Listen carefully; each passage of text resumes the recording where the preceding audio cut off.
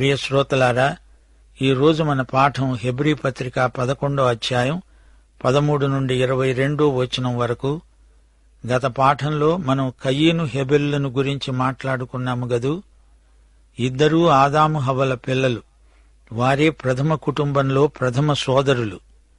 కయీను శరీర సంబంధి, హెబెలు ఆత్మ సంబంధి.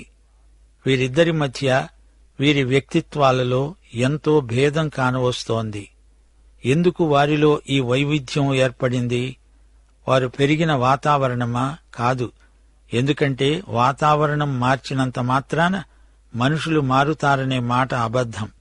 ఇద్దరూ ఒకే వాతావరణంలో విభిన్న స్వభావాలు గలవారు.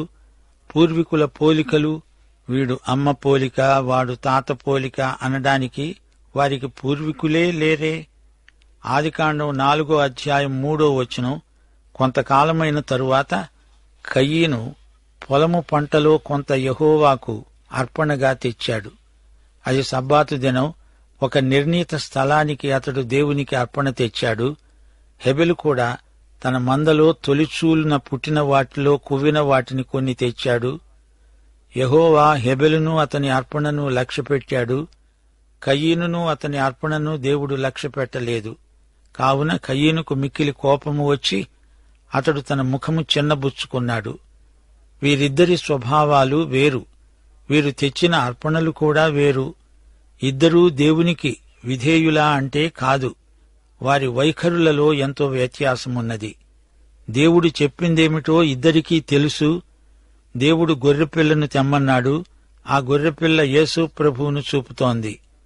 హెబ్రీ పత్రిక 11వ అధ్యాయం స్పష్టంగా చెబుతోంది, హెబెలు విశ్వాసమును బట్టి గొర్రెపిల్లను బలి ఇచ్చాడు. హెబెలు అర్పణలో విశ్వాసం కనిపిస్తోంది. కయీనుకు విశ్వాసం లేదు. హెబెలు తెచ్చిన బలి కయీను తెచ్చిన దానికంటే శ్రేష్టమైనది గనుక దేవుడు దానిని అంగీకరించాడు. ఇంతకు విశ్వాసమంటే ఏమిటి? వినుట చేత విశ్వాసము కలుగుతుంది. వినుట క్రీస్తును గురించిన వాక్యము వల్ల కలుగుతుంది. కయీను నిర్లక్ష్య వైఖరిని చూడండి. దేవుడు తెమ్మన్నదిగాక తనకిష్టం వచ్చింది తెచ్చాడు. ఈ మొదటి ఆరాధికుడు తాను పండించింది, తన క్రియాఫలాన్ని తెచ్చి అర్పించాలని చూచాడు.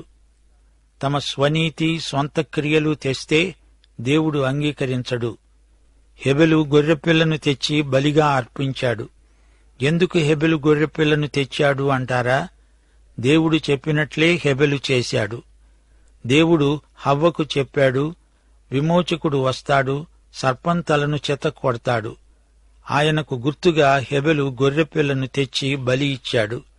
రక్తము చిందించకుండా పాపక్షమాపణ కలగదు అనే సత్యాన్ని దేవుడు ప్రథమ కుటుంబానికి ప్రత్యక్షపరిచాడు. లోకపాపమును మోసుకుని పోయే దేవుని గొర్రెపిల్ల క్రీస్తే. హెబెలు ఇదే విశ్వాసము గలవాడై బలిని అర్పించాడు. హెబెలు తెచ్చిన అర్పణ యేసుక్రీస్తుకు సూచన, సంకేతం, ముందు గుర్తు. రక్షణ మార్గము యేసుక్రీస్తే. దేవుని వద్దకు రావాలంటే యేసే జీవమార్గం, సత్యమార్గం. హెబెలు తన అర్పణ ద్వారా మనకు మార్గమైన యేసునే ప్రకటిస్తున్నాడు.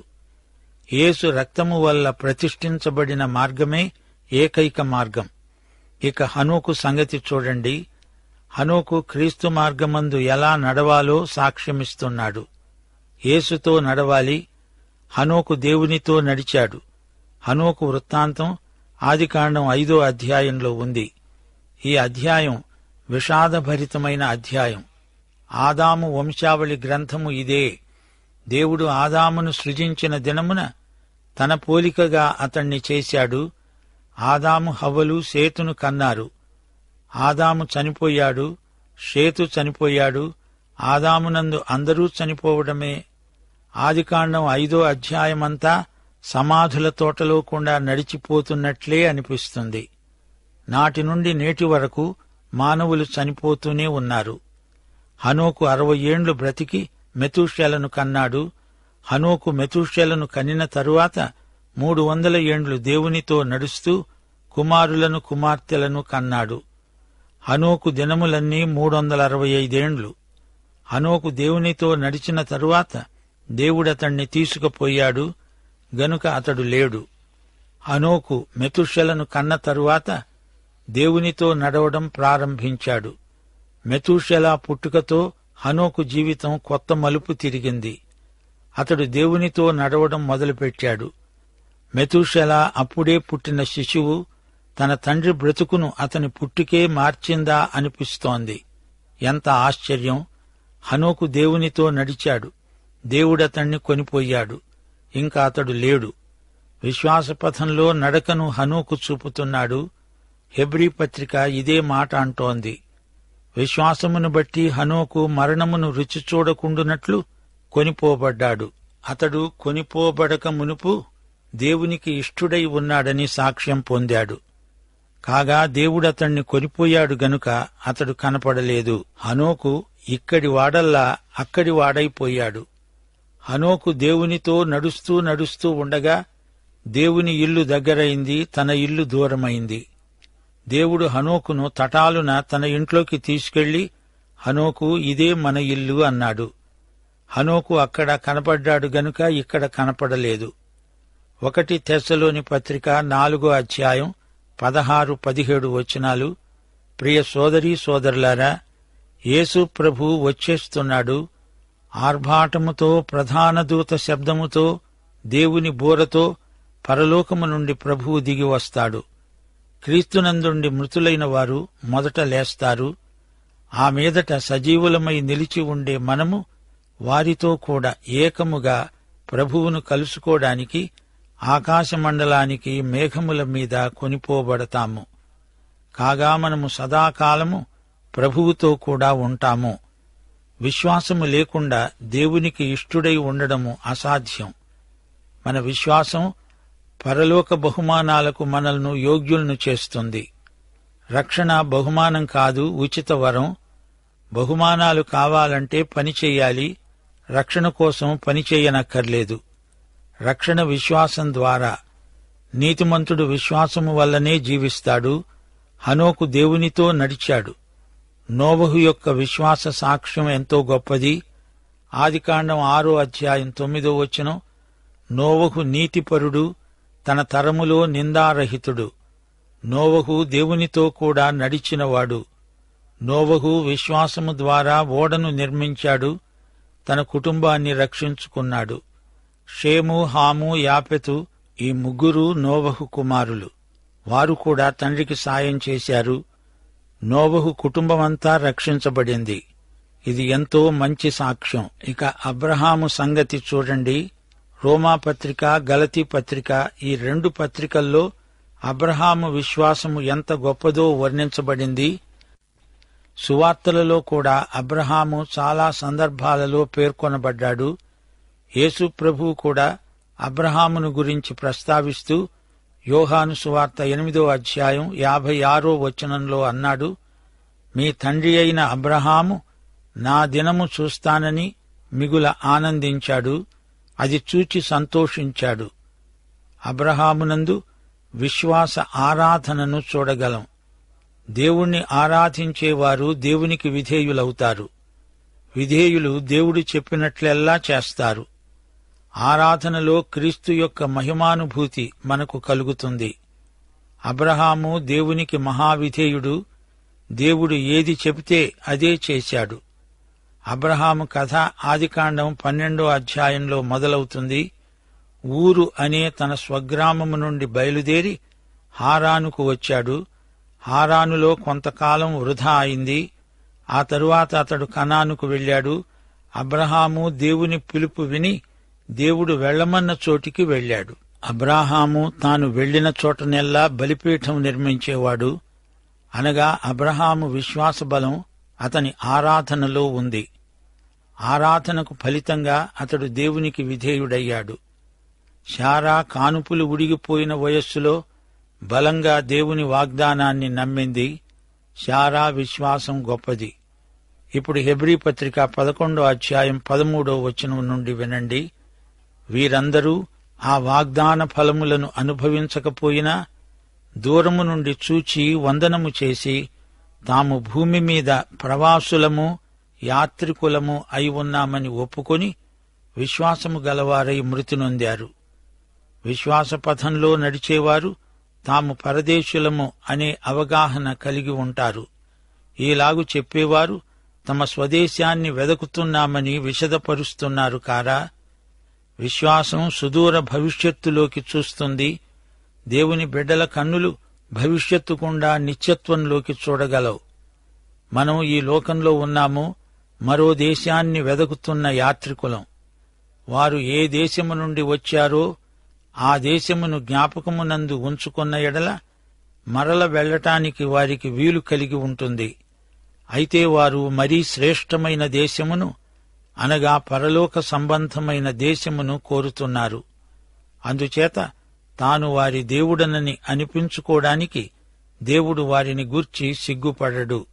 ఏలయనగా ఆయన వారి కొరకు ఒక పట్టణమును సిద్ధపరచి ఉన్నాడు. దేవుని బిడ్డలకు ఈ లోకంలో తృప్తి ఉండదు.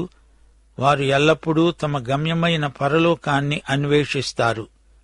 సిద్ధపరచబడిన మనకోసమై సిద్ధం చేయబడిన పట్టణమే పరలోకం. 17వ వచనం, అబ్రాహాము శోధించబడి విశ్వాసమును బట్టి ఇస్సాకును బలిగా అర్పించాడు. ఎవడు ఆ వాగ్దానములను సంతోషముతో అంగీకరించాడో, ఇస్సాకు వలననైనది నీ సంతానమనబడుతుంది అని ఎవరితో చెప్పబడిందో ఆ అబ్రాహాము మృతులను సహితము లేపడానికి దేవుడు శక్తిమంతుడని ఎంచినవాడై తన ఏకకుమారుణ్ణి అర్పించి ఉపమాన రూపముగా అతణ్ణి మృతులలో నుండి మరల పొందాడు. అబ్రహాముకు పుట్టిన ఇతర పిల్లలున్నారు గాని ఇస్సాకు వాగ్దాన పుత్రుడు. అబ్రాహాముకు ఏకకుమారుడు. దేవుని వాగ్దానానికి ఫలమే ఇస్సాకు. అబ్రాహాము జీవితంలో అవి చివరి రోజులు. అప్పుడు దేవుడు ఇస్సాకును ఇవ్వమన్నాడు. విశ్వాసంలో అది చివరి పరీక్ష. 1 కొరింథీ 10:13 దేవుడు నమ్మదగినవాడు, మీరు సహించగలిగినంత కంటే ఎక్కువగా ఆయన మిమ్మును శోధింపబడనీయడు. ఇష్మాయేలును ఇవ్వమని దేవుడు అనలేదు. ఇష్మాయేలు వాగ్దాన పుత్రుడు కాడు. అయినా అబ్రహాము ఇష్మాయేలును ప్రేమించాడు. ఇస్సాకును అబ్రహాము ప్రేమించాడు. ఇస్సాకును ఇవ్వమని దేవుడు అడిగినప్పుడు అబ్రహాముకు అది కఠిన పరీక్ష. అయితే అబ్రహాము పరీక్షలో గెలిచాడు. అబ్రహాము దేవుని నుండి ఏమి పొందినట్లు? దేవుని వాగ్దానాలకు ఫలం అబ్రహాము చూడలేదు. దేవుడు అబ్రహామును ఒక కుటుంబముగా దీవించాడు. శారా అనే మంచి భార్యనిచ్చాడు. అబ్రహాము, శారా ఇద్దరూ దేవుడు బయలుదేరమన్నప్పుడు బయలుదేరారు. మొదట హారానుకు వచ్చారు. అక్కడ దేవుడు అబ్రహామును పిలిచి, నీకు కుమారుణ్ణి ఇస్తాను అన్నాడు. అబ్రహాము, శారా, ఇస్సాకు అదొక కుటుంబం. అబ్రహాము కుటుంబం దేవుని యందు భయభక్తులు గల కుటుంబం. దేవుని కుటుంబం అంటే విశ్వాస కుటుంబం, క్రైస్తవ కుటుంబం. అబ్రహాము తల్లిని తండ్రిని విడిచి తన భార్యను హత్తుకోవాలి. అది ఆదర్శ కుటుంబం. ఆదికాండం 2:24 ఆదామన్నాడు, పురుషుడు తన తల్లిని తండ్రిని విడిచి తన భార్యను హత్తుకుంటాడు, వారు ఏక శరీరమై ఉంటారు. ఈ మాటలన్నప్పుడు ఆదాము హవ్వలకు తల్లిదండ్రులు లేరు గాని ఇది అందరికీ వర్తించే వివాహ నియమం. తప్పులు చేసినా ఒప్పులు చేసినా అది వారి కుటుంబం. అందుకే తల్లిదండ్రులు జోక్యం కలిగించుకోకుండా అబ్రహాము కుటుంబాన్ని దేవుడు ప్రత్యేకించాడు. అబ్రహాము విడిచిన గృహం అతని తల్లిదండ్రుల గృహం, విగ్రహారాధికుల గృహం. కాని ఇప్పుడు తన గృహం దేవుని కుటుంబం. యెహోషువ 24:2 ఆదికాలము నుండి మీ పితరులు అనగా అబ్రహామునకు నాహోరుకు తండ్రి అయిన తెరహు కుటుంబీకులు యూఫ్రటీసు నది అద్దరిని నివసించి ఇతర దేవతలను పూజించారు. అబ్రహాము శారాలు దంపతులు ఇద్దరూ తప్పులు చేశారు, సరిచేసుకున్నారు. ఈజిప్టులో ఉన్నప్పుడు శారా తన చెల్లెలని రాజుకు అబద్ధం చెప్పాడు. శారా అబ్రహాముకు హాగరునిచ్చింది. ఈ విధంగా ఇద్దరూ తప్పులు చేశారు. అయితే ఇదంతా ఇద్దరి జాయింట్ అకౌంట్. అయితే ఇద్దరూ దేవునికి లోబడి రాబోయే తరాలకు ఆదర్శ విశ్వాసులనిపించుకున్నారు. లోతు విషయంలో అబ్రహాము చిక్కులో పడ్డాడు. ఈ లోతును అబ్రహాము ఊరులోనే వదిలేసి వస్తే ఎంతో బావుండేది. అతని మూలకంగా ఎన్నో గొడవలు. కుటుంబం అన్నప్పుడు ఇలాంటి పొరపాట్లు, పొరపుచ్యములు ఎన్నో వస్తూ ఉంటాయి. విశ్వాసంతో వాటినన్నిటినీ గెలవాలి, నడవాలి. యేసు ప్రభువు కుటుంబాల దేవుడు. సమస్యలలో గుండా దేవుడు చెయ్యి పట్టుకొని మనల్ని నడిపిస్తాడు. మనం భయపడాల్సిన పనే లేదు. అబ్రహాము విశ్వాసం ఆరాధించే విశ్వాసం, విధేయత చూపే విశ్వాసం. అందుకే అబ్రహాము విశ్వాసులకు సార్వత్రిక తండ్రి. ఇదే బిరుదము దేవుని నుండి పొందాడు. రోమాపత్రిక 4:3 లేఖనము ఏమి చెబుతున్నది? అబ్రహాము దేవుణ్ణి నమ్మాడు, అది అతనికి నీతిగా ఎంచబడింది. ఇక ఇస్సాకు సంగతి 20 విశ్వాసమును బట్టి ఇస్సాకు జరగబోయే సంగతుల విషయమై యాకోబును ఏశావును ఆశీర్వదించాడు. ఇస్సాకు విశ్వాసం స్వచ్ఛంద సమర్పణలో ద్యోతకమవుతుంది. ఇస్సాకుకు 33 సంవత్సరాల వయస్సు వచ్చింది. అప్పుడు అతణ్ణి దేవునికి ఇచ్చివేయడానికి అబ్రహాము సిద్ధపడ్డాడు. ఇస్సాకు స్వచ్ఛందంగా తండ్రికి లోబడ్డాడు. బలిపీఠముపై ఎట్టి అభ్యంతరము చెప్పకుండా పడుకున్నాడు. ఇస్సాకు యాకోబును ఏశావును ఆశీర్వదించాడు. ఇస్సాకు ఇచ్చిన ఆశీర్వాదంలో అతని విశ్వాసం వ్యక్తమవుతోంది. ఇస్సాకు ఎన్నో బావులు తవ్వించాడు. బావి తవ్విస్తాడు, శత్రువులు వచ్చి దాన్ని స్వాధీనం చేసుకుంటారు. ఈ విధంగా బావుల వివాదాలలో ఇస్సాకు తలమునకలైపోయాడు. అయితే ఇస్సాకు విశ్వాసం బలవంతం లేకుండా స్వచ్ఛందంగా లోబడుతుంది. తన 2 కుమారులను ఆశీర్వదిస్తూ అన్నమాటలు అతని విశ్వాసపు మాటలు, భవిష్యత్తులో నెరవేరే ప్రవచన ఆశీర్వచనాలు. ఆ తరువాత యాకోబు యొక్క విశ్వాసం ఇప్పుడు ప్రస్తావనకు వచ్చింది. 21 విశ్వాసమును బట్టి యాకోబు అవసాన కాలమందు యోసేపు కుమారులలో ఒక్కొక్కణ్ణి ఆశీర్వదించి తన చేతికర్ర మొదలు మీద ఆనుకొని దేవునికి నమస్కారం చేశాడు. యాకోబు తండ్రి ఇస్సాకు, యాకోబు యొక్క కుమారుడు యోసేపు. ఇప్పుడు తన మనుమలు. యాకోబు విశ్వాసం విలక్షణమైనది. యాకోబు అవసాన కాలం వచ్చేసింది. చివరి దశలో గాని అతని విశ్వాసానికి సంపూర్ణమైన వ్యక్తీకరణ రాలేదు. చనిపోతూ యోసేపు 2 కుమారులను అనగా తన మనుమలను దీవించాడు. అప్పుడతడు తన చేతి కర్ర మొదలుపై ఆనుకొని ఉన్నాడు. యాకోబు జీవితమంతా దేవుని కృపకు ప్రత్యక్ష నిదర్శనం. మానవతామహితమైన ఒక్క మంచి లక్షణము ఇతనిలో కానరాదు. గాని దేవుడు ఇతణ్ణి తన కృపను బట్టి ఆశీర్వదించాడు. మానవ స్వభావంలోని సహజ బలహీనతలు యాకోబులో తేటగా కనిపిస్తాయి. పుట్టక ముందే తల్లి కడుపులో ఉండి సోదరుడితో దెబ్బలాడాడు. పుడుతూ అన్న మడిమను పట్టాడు. పుట్టాక జ్యేష్ఠత్వం కోసం ఉపాయాలు పన్నాడు. తండ్రిని మోసగించాడు. దేవుడు యాకోబును ఆశీర్వదిస్తాను అన్నాడుగాని యాకోబుకు అంతమాత్రం సహనం లేకపోయింది. మోసగించి ఏశావు నుండి జ్యేష్ఠత్వం తీసుకున్నాడు. అప్పుడతడు ఇల్లు వదిలిపెట్టి వెళ్లాల్సి వచ్చింది. పారిపోతూ బేతెలులో రాత్రి గడిపాడు. అతనిలో మార్పేమీ రాలేదు. లాబాను మామ దగ్గర ఉంటూ ఉపాయశాలిగానే జీవించాడు.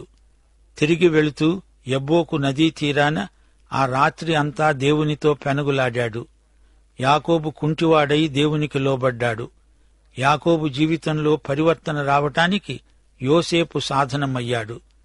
యాకోబు ఉపాయశాలి, యోసేపు ఉపకారశీలి.